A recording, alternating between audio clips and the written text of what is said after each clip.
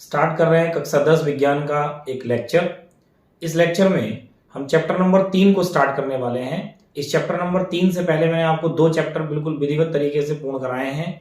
सारे NCERT question के साथ पूरा सॉल्यूशन आपको उपलब्ध कराया है। मुझे पूरा विश्वास है कि आपने उन दोनों चैप्टर को तैयार कर लिया होगा।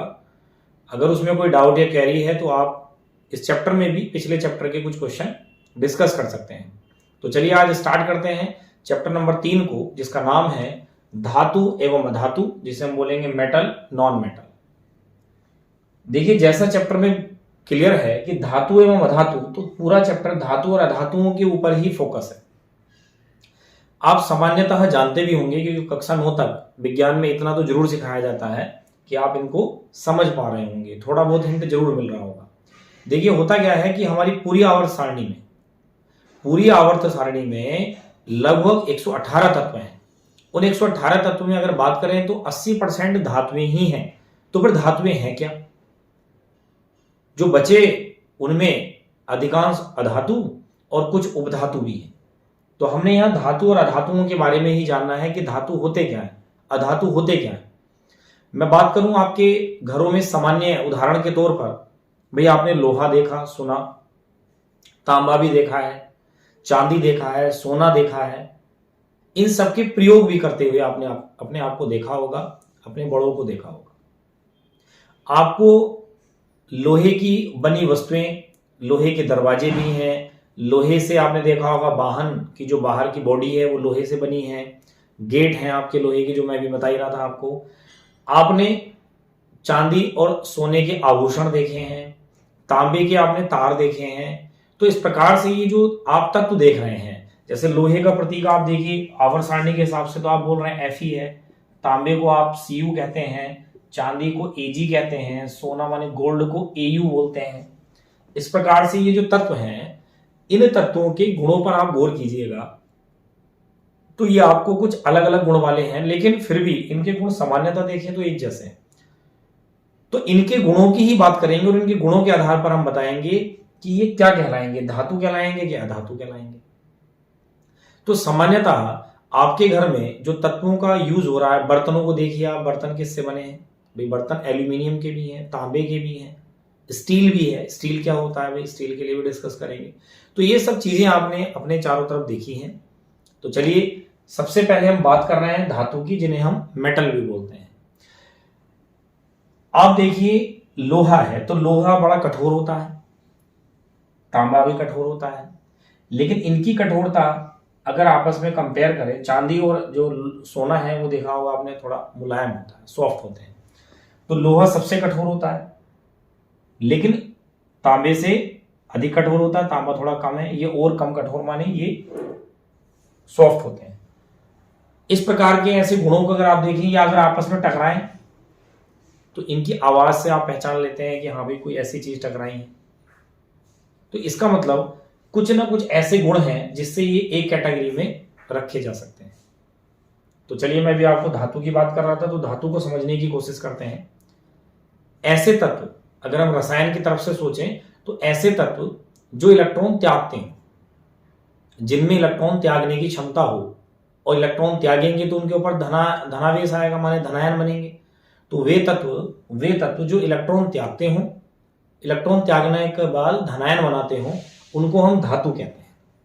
जैसे सोडियम है, सोडियम का परमाणु क्रमांक 11 होता है। ये हमने सब 9th क्लास में पढ़ा होता है। इसका इलेक्ट्रॉनिक विन्यास करना बताते हैं तो 2 8 1, तो बाहरी कक्षा में एक इलेक्ट्रॉन है, इसको ये त्याग देता है और Na+ बनाता है। तो इसके अंदर इलेक्ट्रॉन त्यागने की क्षमता है, इसलिए ये धनायन बनाता है और इसलिए ये धातु है। सामान्य परिभाषा तो ये है, रासायनिक परिभाषा माने एक तरीके से गए तो ये सारे के सारे तत्व इलेक्ट्रॉन त्यागते हैं। गोल्ड देखिए इलेक्ट्रॉन त्यागता है, धनावेश बनाता है +3 में, Ag+ बनाता है, कॉपर प्लस भी बनाता है, +1 भी बनाता है, +2 भी बनाता है, Fe+2 भी बनाता है और +3 भी बनाता है। माने आयरन, लोहा 2 इलेक्ट्रॉन भी त्यागता है, 3 भी त्यागता है। ये सब आप अगली क्लासों में पढ़ेंगे कि भाई ये दो तरीके के धनायन बना रहे हैं। ऐसे कॉपर एक प्लस बनाता है, +2 बनाता है, Ag+ ही बनाता है, Au+3 बनाता है। तो कुल मिलाकर जो तत्व पूरी आवर्त सारणी में इलेक्ट्रॉन त्यागने की प्रवृत्ति दिखाते हैं और धनायन बनाते हैं इलेक्ट्रॉन त्याग कर, उन्हें हम धातु कहते हैं। इनके अगर गुणों की बात करें तो धातुएं कठोर होती है। तो मैं ऐसे देखिए शॉर्ट में लिख देता हूं कि ये धनायन बनाते हैं, धातुएं कठोर होती हैं। तीसरी बात करें, धातुओं में अघात वर्धनीयता का गुण पाया जाता है। ये क्या है भाई? अघात वर्धनीयता। ये तो सुनने में देखिए ऐसा लग रहा है आपको, सुनने और बोलने में आपको दिक्कत आ रही है, फिर समझने में तो आपको मतलब मैं मान रहा हूं कि नहीं पता होगा शायद। अघात वर्धनीयता का मतलब होता है, आपने देखा होगा कि लोहे को अगर आप पीटें, लोहे को हथौड़े से पीटें तो उसकी चादर जैसी बन जाएगी। तांबे को अगर आप पीटें तो उसकी चादर बन जाएगी। तो जिन तत्वों को हथौड़े से अगर पीटें और वो चादर का आकार ले लें, चादर के रूप में ढल जाएंगे, उसके इस गुण को कहेंगे अघात वर्धनीयता। तो धातुएं जो हैं उनमें अघात वर्धनीयता का गुण पाया जाता है। ये सब के सब बातें मैं आपको थ्योरी में लिखाऊंगा, क्योंकि आपको पता है जैसे मैंने देखिए 2 चैप्टर आपके कंप्लीट किए हैं, तो मैंने सब कुछ आपको पहले समझाया, फिर बोर्ड पर लिखाया और आपको कहा कि आप इसे कॉपी पर नोट करें, तो प्रॉपर नोट्स बन रहे होंगे। तो सेम इस चैप्टर में भी हम करने वाले हैं। तो अघात वर्धनीयता आपको समझ में आया कि यदि हम जिन तत्वों को हथौड़े से पीटने पर उनके आकार में इस प्रकार से वृद्धि हो कि आपको चादर की तरह वो फैलते दिखाई दे, जैसे आपके पास कपड़े की चादर होती है, ऐसे करके चादर उनकी आप बना सकते हैं, तब उन्हें हम कहते हैं कि उनमें अघात वर्धनीयता का गुण है। तो जिन तत्वों में अघात वर्धनीयता का गुण होता है उन्हें हम धातु कहते हैं। एक चौथा गुण होता है तन्यता। वेरी इंपॉर्टेंट बात है, कई बार पेपर में इतना ही पूछ लेता है कि संक्षिप्त टिप्पणी लिखी अघात वर्धनीयता और तन्यता पर। तो अघात वर्धनीयता तो होता है कि चादर में ढल जाए कोई तत्व हथौड़े से पीटने पर। ऐसे तन्यता का मतलब होता है कि जब आप किसी तत्व से तार खींच सकते हैं, तार बना सकते हैं, तो उसे कहते हैं तन्यता का गुण। तो जिन तत्वों में तन्यता का गुण होता है उन्हें हम धातु कहते हैं। और आपको जानकर यह आश्चर्य होगा कि 1 ग्राम सोने से 2 किलोमीटर लंबा तार बनाया जा सकता है। 1 ग्राम सोना बहुत कम होता है, 1 ग्राम। तो उस 1 ग्राम से देखिए कितनी ज्यादा तन्यता गोल्ड में होती है, सोने में होती है, कि 1 ग्राम सोने से आप 2 किलोमीटर लंबा तार खींच सकते हैं, बना सकते हैं। तो इसलिए सोने में तन्यता का गुण सर्वाधिक होता है। 5वें गुण की बात करें, जो तत्व ऊष्मा या विद्युत का सुचालक होते हैं, ऊष्मा या विद्युत उनमें से बहाई जा सकती है, प्रवाहित की जा सकती है। तो यहां लिख देता हूं मैं ऊष्मा व विद्युत के सुचालक, हीट एंड इलेक्ट्रिसिटी के कंडक्टर होते हैं। मींस ऊष्मा और विद्युत को जिन तत्वों से बहाया जा सकता है, जिन तत्वों की सहायता से प्रवाहित किया जा सकता है, उन्हें आप धातु कहते हैं। तो देखा होगा कि आपने लोहा भी ऊष्मा या विद्युत का सुचालक है। अगर लोहे की आपके पास कोई छड़ है, जैसे सरिया है, उसे एक साइड से अगर आप गर्म करेंगे तो दूसरे साइड पर वो थोड़ी देर बाद खुद ही गर्म हो जाएगी। इसका मतलब उसमें से ऊष्मा ट्रांसफर हो रही है, ऊष्मा बह रही है। तांबे में आपने देखा होगा जो आपके घरों में लाइट, ये बल्ब ऑन हो रहे हैं, फ्रिज चल रहा है, टीवी चल रहा है, जो भी इलेक्ट्रिकल डिवाइस हैं, जो भी विद्युत से चलने वाली चीजें अगर वो चल रही हैं, तो तांबे का तार यूज हो रहा है या एल्यूमिनियम का तार यूज हो रहा है। कॉपर एल्यूमिनियम जो आप कहते हैं, कई बार कहते हैं कि मोटर में जो है कॉपर का तार से बांधी गई मोटर है। जो छत वाले पंखे या वैसे पंखे कूलर की मोटर होती हैं, तो कहते हैं कि तांबे के तार की बाइंडिंग है अगर मोटर में तो ज्यादा अच्छा होगा मोटर वो, और एल्यूमिनियम वाला थोड़ा कम होगा, क्योंकि तांबा जो है ज्यादा अच्छा चालक होता है ऊष्मा और विद्युत का एल्यूमिनियम की अपेक्षा। तो कुल मिलाकर जिन तत्वों में से आप ऊष्मा और विद्युत धारा का संचरण कर सकते हैं, उनमें से विद्युत या ऊष्मा बहा सकते हैं, उन सब तत्वों को हम धातु कहते हैं। ऐसे ही 6 पॉइंट में आप कह सकते हैं, जिन तत्वों के गलनांक क्वथनांक उच्च होते हैं, गलनांक उच्च होते हैं,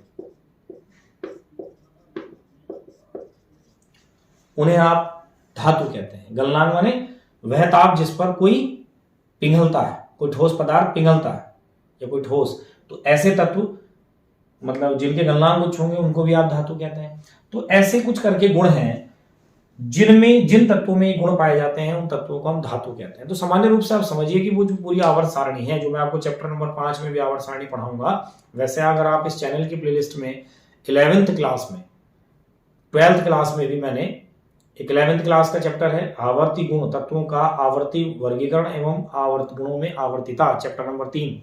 तो आप 11th क्लास की प्लेलिस्ट में जाकर देख सकते हैं आवर्त सारणी को, वहां मैंने आवर्त सारणी ही चैप्टर चल रहा है, तो उस आवर्त सारणी वाले चैप्टर में आप देखेंगे 118 तत्व हैं।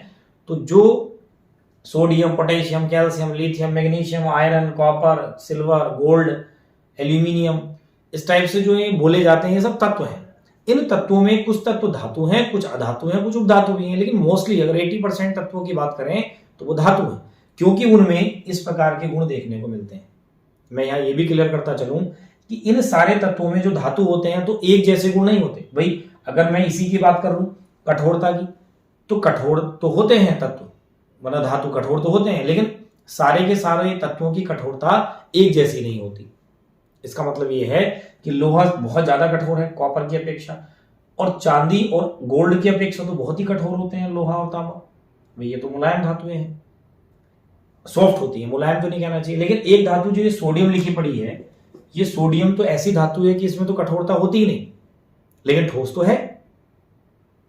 सोडियम को चाकू की सहायता से काटा जा सकता है।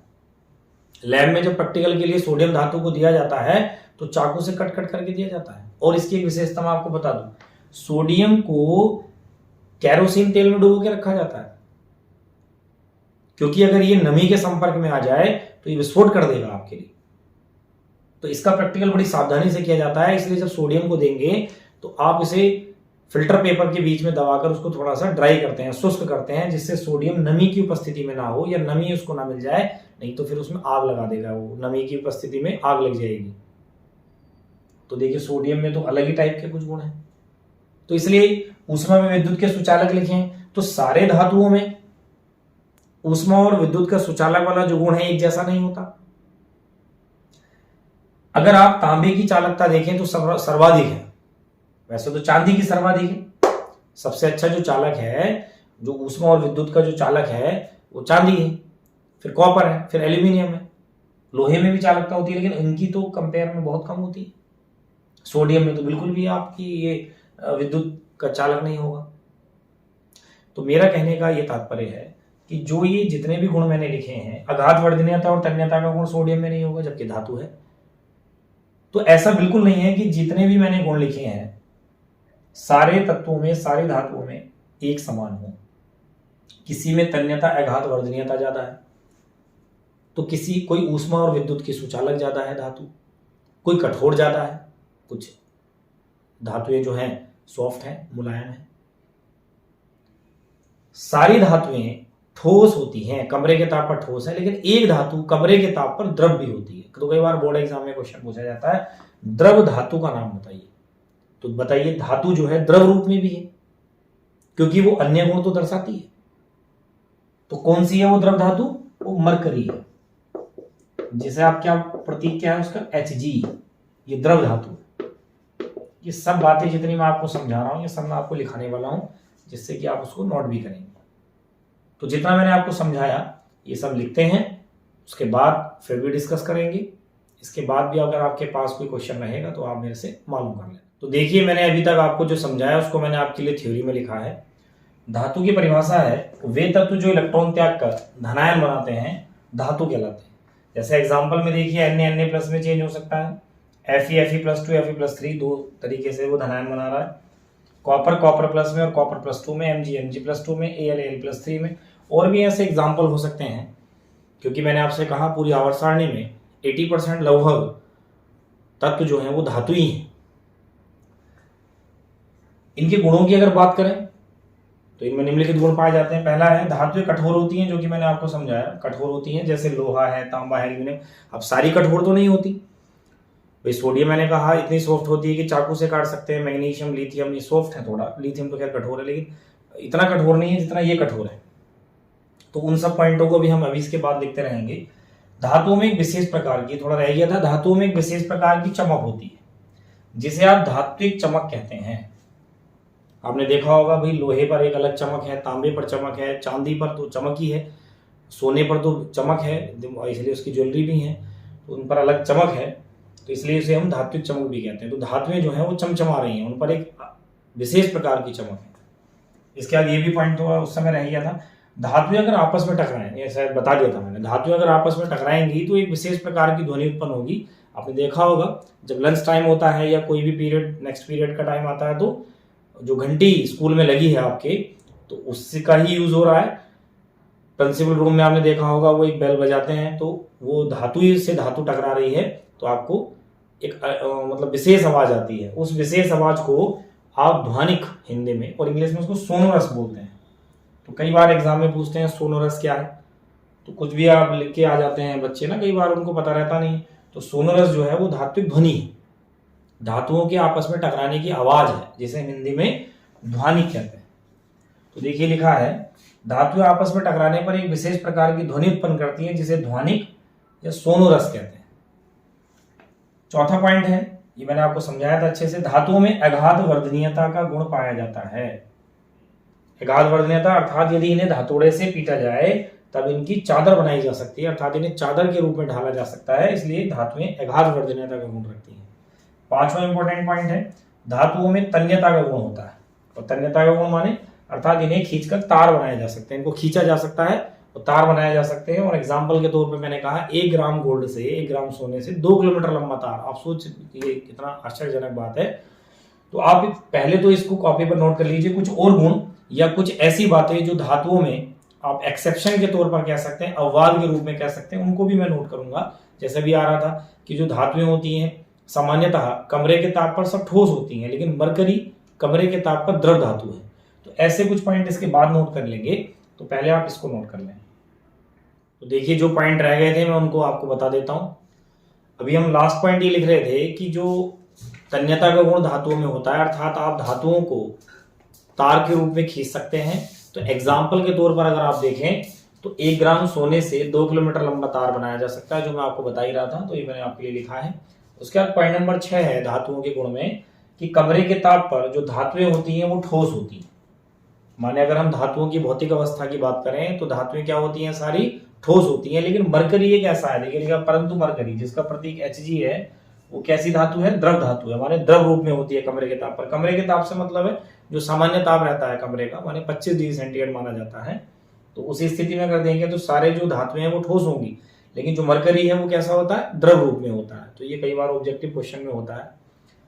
फिर 7वां पॉइंट है, धातुएं ऊष्मा में विद्युत की सुचालक होती है, जो कि मैंने अभी आपको बताया भी था कि अगर आप धातुओं को एक सिरे से गर्म करें तो दूसरे सिरे पर आप देखेंगे स्वतः गर्म होने लगेंगे। इसका मतलब ऊष्मा का संचरण उनमें हो रहा है, ऊष्मा बह रही है।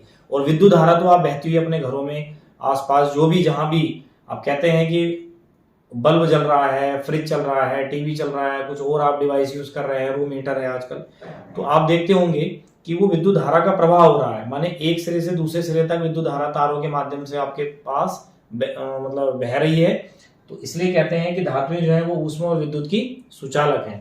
परंतु अगर मरकरी और सीसा जो है, मरकरी माने Hg वही जो द्रव धातु थी, और सीसा, सीसा ये वो नहीं है जिसमें आप फेस देखते हैं, सीसा ये धातु का नाम है जिसको आप लेड भी बोलते हैं, जिसका प्रतीक Pb है। वो ऊष्मा में विद्युत के कुचालक होते हैं। इसका मतलब ये हुआ कि मरकरी और सीसा ऊष्मा उनमें से नहीं प्रवाहित होगी, ना ही विद्युत धारा बहेगी, और एक सीसा है ऐसा लेड धातु। तो इस प्रकार से ये 7 गुण धातुओं के मैंने आपके लिए लिखे हैं, जो कि आपके बहुत इंपॉर्टेंट बातें हैं। और यहाँ से जो इतने अपवाद हैं ये कई बार आपके लिए क्वेश्चन में होंगे।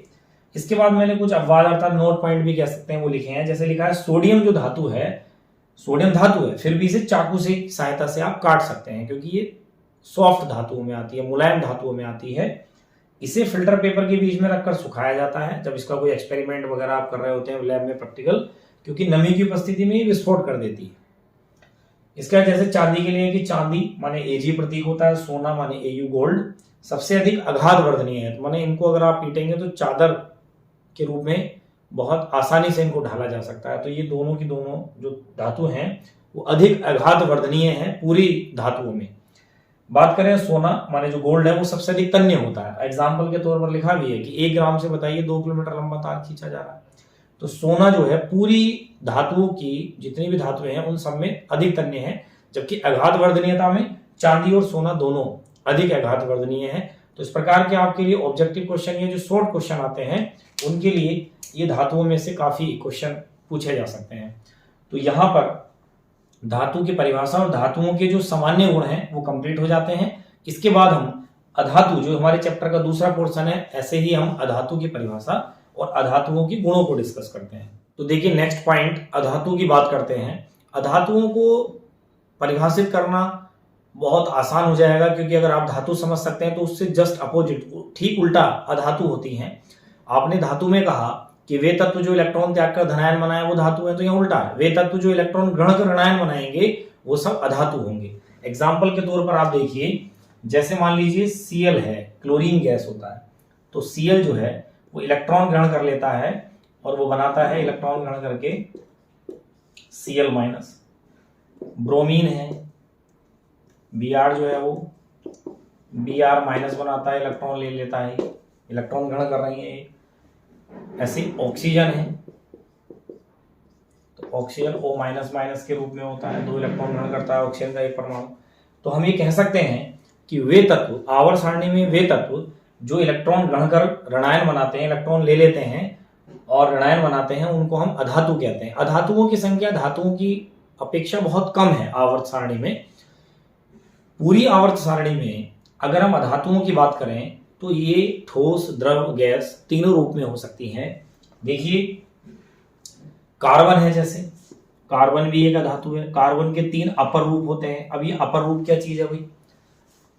एक तत्व का एक से अधिक रूपों में पाया जाना अपर रूपता कहलाता है। तो कार्बन प्रकृति में 3 रूपों में पाया जाता है। उस कार्बन का एक रूप होता है हीरा, जिसको आप डायमंड बोलते हैं इंग्लिश में। बहुत ज्यादा आपने डायमंड वर्ड सुन रहे होंगे क्योंकि ज्वेलरी में यूज हो रहा है। ग्रेफाइट होता है एक, ये सब मैं आपके लिए लिखूंगा बहुत सिस्टमेटिक। और एक फुलरीन्स होता है। तो देखिए ठोस रूप में भी है, कार्बन अधातु है और कार्बन के 3 अपर रूप ठोस रूप में है।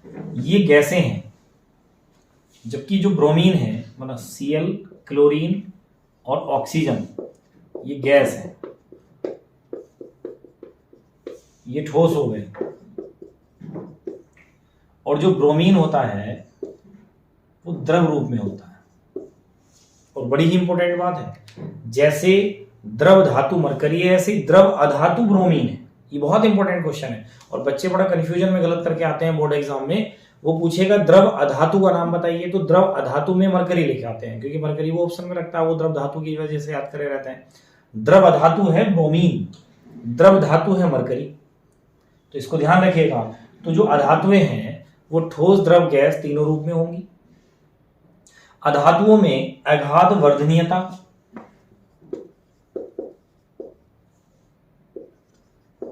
अगाध वर्धनीयता, तन्यता, ये गुण नहीं पाए जाते।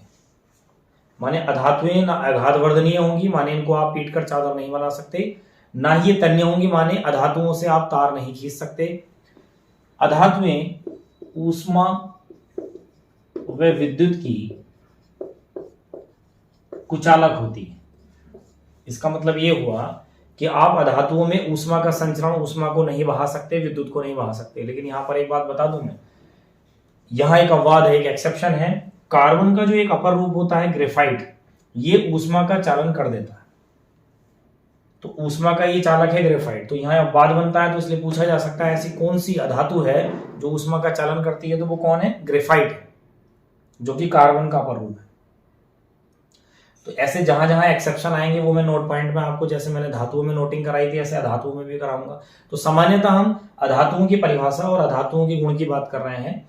तो अगाध वर्धनीयता अधातुओं में नहीं है, तन्यता नहीं है, ऊष्मा और विद्युत की कुचालक है, माने आप इसमें से ऊष्मा और विद्युत धारा का प्रवाह नहीं कर सकते। अधातुएं भंगुर होती हैं। भंगुर का मतलब होता है अगर आपने इन्हें हथौड़े से पीटा तो चटक जाएंगी, बिखर जाएंगी। भंगुरता का गुण इनमें पाया जाता है अधातुओं में। अधातुएं मजबूत नहीं होती क्योंकि गैसें हैं, अधिकांश अधातुएं गैस होती हैं, गैस अवस्था में होती हैं, तो वो मजबूत कहां से होंगी? तो वो मजबूत नहीं होती। इस प्रकार से ये जो गुण मैंने आपके लिए लिखे हैं, एक चीज और हाँ इसमें ध्यान आता है मुझे, इनमें कोई चमक नहीं होती, चमकहीन होती हैं धातुएं। जैसे धातुओं में चमक थी, इनमें चमक नहीं होती, धूमिल टाइप की होती हैं। तो अधातुएं चमकहीन होती हैं। अधातुएं आपस में टकराएं तो कोई ध्वनि उत्पन्न नहीं होती। तो आप देखेंगे कि जो धातुओं के गुण हैं उनसे उल्टे गुण अधातुओं के हैं। तो यदि आप धातुओं को ठीक से पढ़ लेंगे, समझ लेंगे, तो अधातुओं के गुणों को आसानी से समझा जा सकता है। तो चलिए इसको हम एक बार ठीक से नोट कर लें और फिर एक एक करके पॉइंट में आपको समझाता जाऊंगा और फिर आप उसको अपनी कॉपी पर नोट कर लेंगे। तो देखिए, मैंने अधातुओं की परिभाषा और उसके गुणों को आपके लिए लिखा है। वे तत्व जो इलेक्ट्रॉन ग्रहण कर ऋणायन बनाते हैं, माइनस चार्ज उन पर होता है, अधातु कहलाते हैं। जैसे में ऑक्सीजन है, क्लोरीन है, कार्बन है, नाइट्रोजन है, सल्फर। इनके गुणों की बात करें तो देखिए, पहला गुण है अधातुओं में चमक नहीं होती है, अर्थात ये मलिन, गंदी टाइप की, धूमिल जैसी होती हैं। लेकिन यहां पर एक अपवाद है, उसको इसलिए मैंने रेड कलर से भी लिखा है। जो आयोडीन है वो उसमें चमक होती है, जबकि आयोडीन एक अधातु है। तो अधातु होते हुए भी आयोडीन में चमक होती है, इसलिए इसको याद रखेंगे।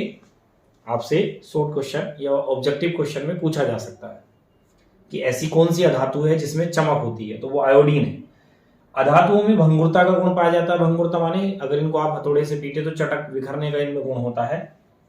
अधातुओं में अगाध वर्धनीयता व तन्यता का गुण नहीं पाया जाता। इसका मतलब क्या है कि अधातुएं जो हैं, ना तो आप उनके आकार में वृद्धि कर सकते, माने चादर बना सकते हैं, ना ही उनके तार बनाए जा सकते हैं। अधातुएं कमरे के ताप पर ठोस, द्रव, गैस तीनों अवस्थाओं में होती है। माने ठोस भी होंगी, जैसे कार्बन के अपर रूप हीरा, जिसको आप डायमंड बोल रहे हैं, ग्रेफाइट, फ्लोरीन जो मैं बता रहा था वो ठोस है। द्रव के रूप में ब्रोमीन एक द्रव अधातु है, और गैस तो ये है ही सारी जो लिखी है मैंने। अधातुएं ऊष्मा में विद्युत की कुचालक होती हैं, अर्थात अधातुओं से आप ऊष्मा और विद्युत धारा का प्रवाह नहीं कर सकते। परंतु ग्रेफाइट है, यहाँ देखिए एक एक्सेप्शन, जो ग्रेफाइट एक अधातु है वो सुचालक होगी, ऊष्मा और विद्युत की सुचालक होती है। अधातुएं मजबूत नहीं होती। तो इस प्रकार से मैंने आपके लिए अधातुओं की परिभाषा और अधातुओं के गुण लिखे हैं। यहाँ पर कुछ अपवाद हैं, ये अपवाद ही हमें बोर्ड एग्जाम में अपने प्रश्नों के रूप में देखने के लिए मिलेंगे, तो इसलिए इनको बहुत ध्यान से आप याद करें। इसके बाद धातु और अधातु की परिभाषा और गुणों को पढ़ने के बाद कुछ जैसे अपवाद आए या कुछ ऐसे नोट पॉइंट वो मैं आपके लिए लिख देता हूं, तब तक आप इन्हें अपनी कॉपी पर बहुत ठीक ढंग से नोट कर लीजिए। तो देखिए, धातुओं के और अधातुओं के संबंध में कुछ महत्वपूर्ण बिंदु हैं जो कि कुछ पहले आ भी चुके हैं, लेकिन मैंने यहां पर फिर भी नोट पॉइंट में उनको लिख दिया है। पहला है, सभी धातुओं में केवल मरकरी जिसको हम पारा भी बोलते हैं, वो Hg उसका प्रतीक है, द्रव धातु है। पहले आया भी है, लेकिन ये पारा शब्द शायद छूट गया था। ये आपने तो उसमें भी देखा होगा ना, बहुत सारी चीजों के लेवल करने में, जैसे घर बनता है तो उस समय जो मिस्त्री वगैरह यूज कर रहे होते हैं ना, उसमें पीले से कलर का लिक्विड होता है जिसको ऊपर नीचे करने पर वो इधर उधर जाता है। थर्मामीटर में आपने देखा होगा, जब थर्मामीटर आपको फीवर वगैरह आता है तो थर्मामीटर की सहायता से आपकी बॉडी का टेम्परेचर डॉक्टर के द्वारा काउंट किया जाता है, तो उसमें वो पारा होता है, तो उसको पारा बोलते हैं। तो मरकरी होता है, मीन्स जो सारी धातुएं हैं वो लगभग नहीं, सारी धातुएं जो है वो ठोस ही है, लेकिन मरकरी अर्थात पारा जिसका प्रतीक Hg है वो द्रव रूप में होती है, वो द्रव धातु है। दूसरे पॉइंट में देखें तो ये धातुओं के गुण में मुझे लिखाना था, लेकिन उस टाइम ध्यान नहीं रहा, लेकिन अब देखिए यहाँ पर आ गया। धातुओं के गलनांक, जिन्हें हम द्रवनांक भी कहते हैं, अधिक होते हैं। गलनांक मैंने पहले भी कहा, गलन प्लस अंक दो शब्दों से मिलकर बना है। गलन माने गलना, गलेगा कौन, जो ठोस होगा। अंक माने ताप, वह ताप जिस पर कोई ठोस पूरी तरह से द्रव में परिवर्तित हो जाए उसको आप गलनांक कहते हैं। तो धातुएं जो कि कठोर होती हैं तो इसलिए उनके गलनांक बहुत अधिक होते हैं। परंतु धातुओं में एक गैलियम जिसका प्रतीक Ga और एक सीजियम जिसका प्रतीक Cs है, उनका गलनांक बहुत कम है, और इतना कम है कि अगर इन दोनों धातुओं को आप हाथ पर रखें तो पिघलना शुरू कर देती है। तो इसका मतलब इनके गलनांक बहुत कम है, अर्थात कम ताप पर ही, क्योंकि देखिए हाथ पर रखने वाले कमरे के ताप पर ये ठोस से सीधे द्रव में बदलने लग जाएंगी। आयोडीन की बात करें तो अधातु है, लेकिन फिर भी चमकीला है, क्योंकि सामान्यतः अधातुओं के गुण क्या होता है कि अधातु जो होती हैं वो चमकहीन होती हैं, उनमें चमक नहीं होती है, धूमिल होती है, मलिन होती है। लेकिन आयोडीन एक चमकीला है। मैंने अभी अधातुओं के गुण में इसको पॉइंट को लिखाया भी था। बात करें चौथे पॉइंट की, जिसको मैंने पहले समझाया था, कार्बन एक अधातु है, लेकिन एक ऐसा धातु है जो प्रकृति में एक से अधिक रूपों में पाया जाता है, और इसके प्रत्येक रूप को आप अपर रूप कहते हैं। माने इसके डबल ट्रिपल रोल होते हैं। भाई अपर रूप तो ये तो है कि एक एक्टर एक से ज्यादा रूपों में जब वर्क कर रहा है तो आप कहते हैं डबल रोल है, ट्रिपल रोल है। बहुत सारी मूवी में आपने देखा होगा ऐसा। तो ऐसे ही कार्बन एक ऐसा धातु है जो प्रकृति में एक से अधिक रूपों में पाया जाता है, और उसके प्रत्येक अलग अलग रूप को आप अपर रूप कहते हैं, और इस घटना को अपर रूपता कहते हैं। तो ये घटना क्या कहलाती है, अपर रूपता कहलाती है। और कार्बन के 3 अपर रूप हैं। ट्रिपल रोल में कार्बन आपको प्रकृति में देखने को मिलता है, और वो 3 है, हीरा, ग्रेफाइट, फ्लोरीन्स। इनमें जो ग्रेफाइट है वो विद्युत का सुचालक है। तो ये भी जो एक्सेप्शन केस हो सकते थे, जो महत्वपूर्ण बिंदु हो सकते थे, वो मैंने लिए आपके लिए लिखे हैं। अभी एक जगह पॉइंट आया था कि सोडियम को आप चाकू से काट सकते हैं, तो सोडियम के अलावा पोटेशियम को भी आप चाकू से काट सकते हैं, लिथियम को भी चाकू से काट सकते हैं। तो लिथियम और पोटेशियम, इसको मैं लिख देता हूं ऐसे, लिथियम का प्रतीक Li और पोटेशियम का प्रतीक होता है K। सोडियम पहले ही आप लिख चुके हैं, तो sodium Na। Sodium, lithium, potassium, इनको आप चाकू की सहायता से काट सकते हैं। तो सोडियम के लिए तो मैंने पहले ही लिखा दिया था, लेकिन लिथियम और पोटेशियम को भी आप चाकू की सहायता से आसानी से काट सकते हैं। तो ये भी सॉफ्ट धातुओं में ही होती हैं। तो इस प्रकार से धातु और अधातुओं के संबंध में जो महत्वपूर्ण बिंदु हो सकते थे वो मैंने आपको लिखा है। तो आज के इस महत्वपूर्ण लेक्चर में हमने चैप्टर नंबर 3 कक्षा 10 विज्ञान में जो चैप्टर नंबर 3 धातु अधातु है उसको स्टार्ट किया। इसमें हमने धातु की परिभाषा और धातुओं के जो संभावित गुण हैं उनके अपवाद सहित, साथ ही अधातुओं की परिभाषा और उनके गुण अपवाद सहित, और फिर धातुओं और अधातुओं के संबंध में महत्वपूर्ण बिंदु, इन सब टॉपिकों को इस लेक्चर में हमने डिस्कस किया। आपको मैंने समझाने के साथ बोर्ड पर इसको बहुत अच्छे ढंग से नोट भी किया।